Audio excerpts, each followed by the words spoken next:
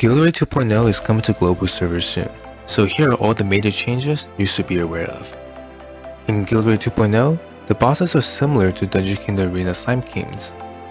They are locked at level 100 with infinite HP, and their damage increases over time based on the amount of damage you deal to them.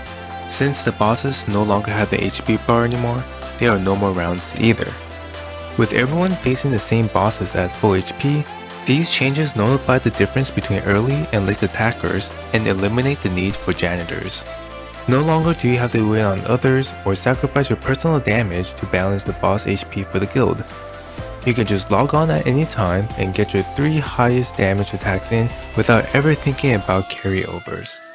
The infinite HP bar, and more importantly, the adjustment to Statue of Bravery and Invader Brothership Replica for permanent damage uptime on bosses means that you don't have to worry about having the wrong merge equip anymore. Reward-wise, having the boss permanently locked at level 100 means that we are now getting 10 battle medals per attack for a total of 210 battle medals in the season. This is a major income boost for weaker guilds who are only getting 7 or 8 battle medals from attacking lower level bosses. Since bosses can no longer be defeated, the rewards have been moved to a reward track that is based on accumulated damage from the guild.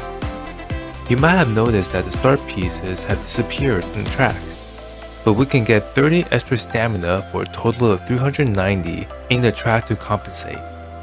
The total damage required for us to get the standard 360 stamina is about the same as before, so you don't have to worry about missing out on important rewards. In fact, our guild damage should overall increase in Guild Raid 2.0. There's the fact that everyone can just attack with their most optimal teams now. Boss defense is also lowered and standardized in Guild Raid 2.0, meaning that the same team will now do much more damage against the same boss. But perhaps the biggest damage boost is from the new Fever mechanic. From days 4 to 7, one boss will be marked with Fever, and this mark will alternate between all the bosses. Normally, a hero with elemental advantage will do 30% extra damage to the boss. During Fever, the boss will take 50% more elemental damage. This has several implications for raid team building. For one, mono-element teams will be the future of Guild Raid. Established mono teams like Basic Range and Earth Range will get the full damage boost, while rainbow teams like Andrus Water won't benefit as much from the Fever boost.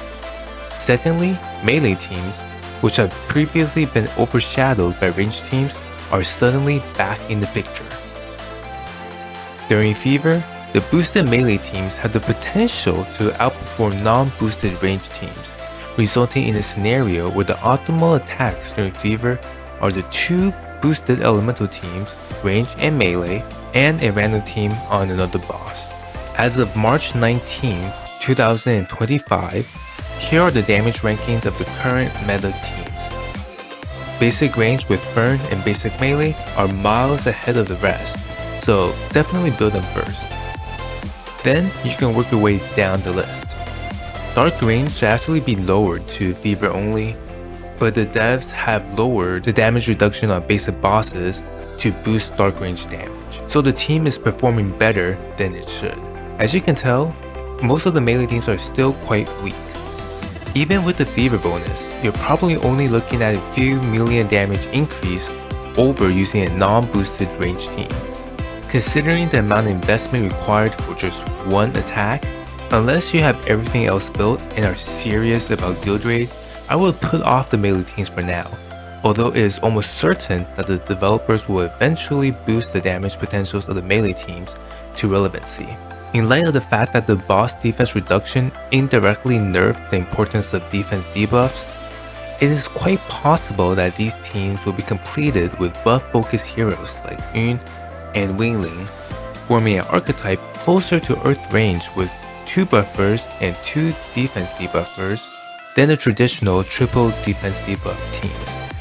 Guild Raid 2.0 is doing a lot to fix the gripes people have about Guild Raid. Personally, I am really looking forward to testing my maximal damage potential. However, at the same time, I feel like something about community building is lost with the removal of guild coordination. the devs have mentioned that a new guild PvE game mode is being developed, so hopefully that will address my concern. Overall, I think Guild Wars 2.0 is a step in the right direction, and I'm excited for what's to come.